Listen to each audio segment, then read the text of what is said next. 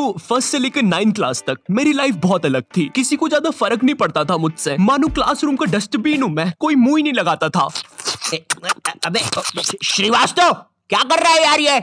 माँ बाप ने बस कचरा खाने ही सिखाया क्या? मुंह क्यों लगा रहा है मुझे? बचपन में ऑप्स बेड्स के नाम पर लड़ाइयाँ करना। है? तूने मेरा बच्चा मार दिया। वो बारबी की नेम चिट को स्टिकर की तरह सर पे लगा लेना। मेरा तो एक यूट्यूब चैनल भी था, अजीब सी वाइन्स बनाता था मैं उस पे। मुन्नू, तू एक घोड़ा है। नुन्नू, जो बोलता है वही होता है। मुन्नू ऐसा कुछ नहीं। सब्सक्राइब करें मुन्नू नुन्नू की वाइन्स। मैं कहीं पर भी वाइन्स बनाने लग जाता था, भले फिर बैकग्राउंड में किसी की दादी मर रखी हो। सारी जायदाद मेरी। उसके दूसरे दिन ये बंदा भी मेरी वीडियो पे कमेंट कर रहा होता है, भाई full haha video, thank you मेरी दादी के साथ कोलैबोरेशन करने के लिए।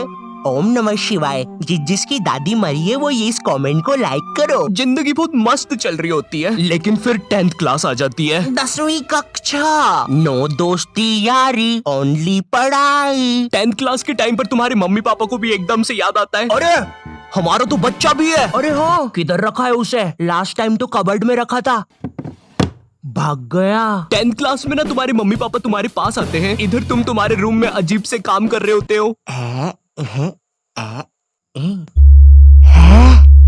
ओहो हो साइंटिस्ट है। ओहो हो साइंटिस्ट। पीछे से तुम्हारे मम्मी पापा आते हैं। पूची पूची पूची पूची पुई। हाँ मुझे पता है, मम्मी पापा के चलने की आवाज ऐसी नहीं होती। 10th क्लास में मेरे पापा भी मेरे पास आए थे। उन्होंने मेरे कंधे पर हाथ रखा, मेरी आंखों में आंखें डाल के देखा और कहा, ये सर पे बारबी की नेम चिट लगाना बंद कर। और 10th क्लास आ गई है, पढ़ाई कर लेना चुपचाप। हाँ? अब तो और अच्छा लग रहा हूँ। हगी मारू है, लकी मैन है, ककाशी सेंसेई। पढ़ ले चुपचाप। वैसे ये कर कैसे रहा था ऐसे? मेरा तो हो ही नहीं रहा। 10th क्लास से तुम पर एक पढ़ाई का बोझ आने लगता है, जिसके कारण तुम्हें अपनी हॉबीज, कलाकारी, संस्कृति छोड़नी पड़ती है। हाय रे, ये विद्यालय की शिक्षा और माँ बाप की इच्छा से ऊपर वाला ही बचाए। रिलेटेबल। तुम्हें अपने टैलेंट और हॉबी को दफनाकर आगे बढ़ना पड़ता है, और उस समय तुम कुछ कर भी नहीं सकते, क्योंकि अगर तुम अपने मम्मी पापा को बोलोगे कि तुम्हें अपनी हॉबी पे करियर बनाना है, तो तुम्हारी बात हवा में उड़ा दी जाएगी। मजाक नहीं है, ये सच में उड़ा देंगे। 2 रुपए की पेप्सी, अज्जू भाई सेक्सी। ये। अरे बेवकूफ, अज्जू नेता का कचौड़ी समारोह यहाँ नहीं हो रहा है, एक गली छोड़ के। अच्छा, तभी तो बोलूं इधर इतने सारे छपरी लोग क्यों आए हैं। 2 रुपए की पेप्सी, अज्जू भाई सेक्सी। अंधा है क्या छपरी? देखो, अब इसमें तुम्हारे मम्मी पापा की भी कोई गलती नहीं है, क्योंकि जो तुम्हें अपनी लाइफ में करना है उसके बारे में तुम्हारे मम्मी पापा को कुछ नहीं पता है, या तुम्हारे पूरे खानदान से आज तक वो चीज किसी ने नहीं की है। तुम उन्हें बोलते हो, मम्मी मुझे एनिमेटर यूट्यूबर बनना है, मगर उन्हें क्या सुनाई देता है? अरिगातो गोजाइमासु दात्ते बायो। हैं? माँ बाप को समझाना बहुत मुश्किल होता है, पता है, क्योंकि इनको बस 2-3 करियर के बारे में ही पता होता है। और क्या तुम प्लीज अपना ये बाजा बजाना बंद करोगे?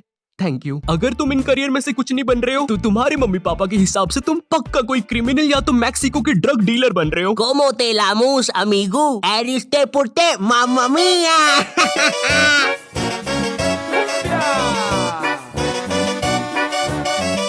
इधर तुम मम्मी पापा को अपने सपने बता रहे हो, उधर मम्मी पापा किसी दूर के मामा के एग्जाम्पल दे रहे होते हैं कि कैसे वो भी अपने एक्टिंग के सपने लेकर सपनों के शहर बम्बई गया था। लेकिन वहाँ कहाँ? सपनों के शहर बम्बई। मैं बस उसे निराशा ही हाथ लगी। तो अब बुलाते हैं नेक्स्ट कॉन्टिनेंट को। मैं सपनों के शहर बम्बई आया हूँ। जहाँ से मैं आया हूँ वो बुरे सपनों का शहर है, और मैं देखो यार, मेरी तरफ से ना है। जय माता दी, लेट्स रॉक। चिक चिक बूम फायर। और ये कॉन्टिनेंट हुआ बाहर। ये सब फेक होता है। मेरा नाम तक नहीं पूछा। तीसरा जज तो रोबोट है। चिक चिक चिक बूम फायर।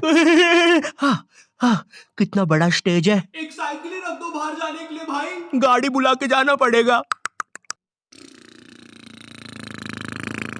भैया बाहर तक छोड़ दो। फट फट फट फट फट फट फट। कुत्ते सबके सब कुत्ते। कुत्ता है कुत्ता है भाऊ भाऊ। तो चलिए अब बुलाते हैं नेक्स्ट। जय माता दी, लेट्स रॉक। मेरी तरफ से ना है। चिक चिक।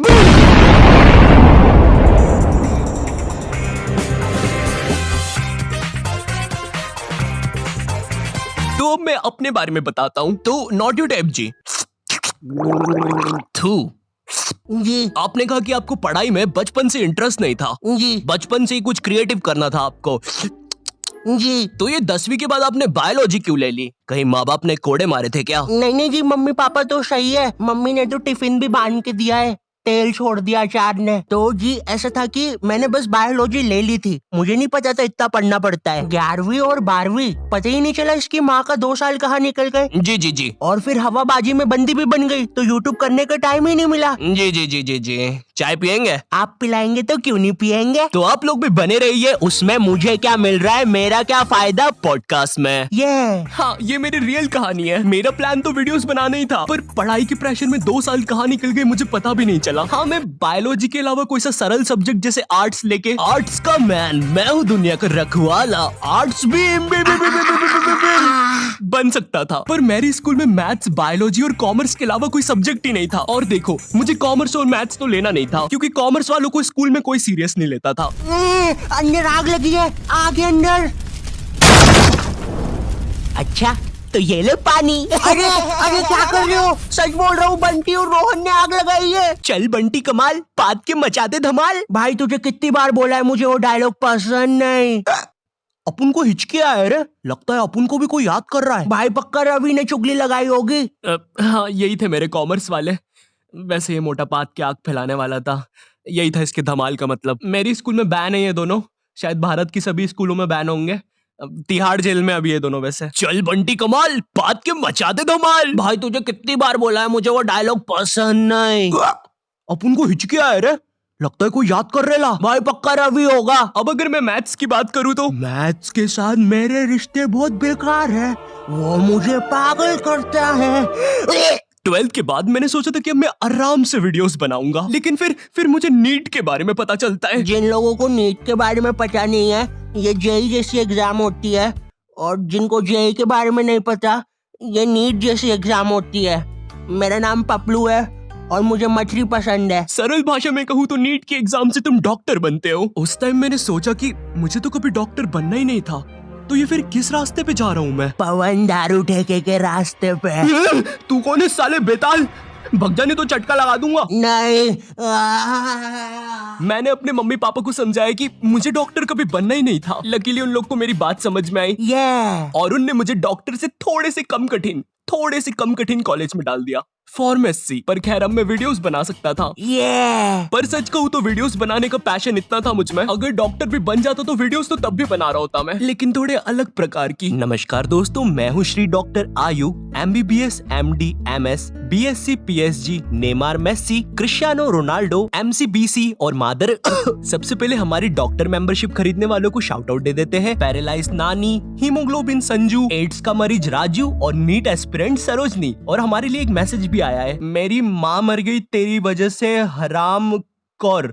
थैंक यू फॉर 5 रुपए सुपर चैट। चलिए अब इस मरीज का पाइल्स का इलाज करते हैं। डॉक्टर मेरे मरने के बाद आप क्या बोलोगे? Like share subscribe.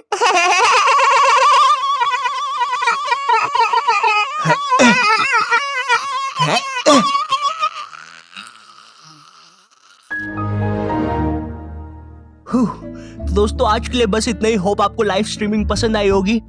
है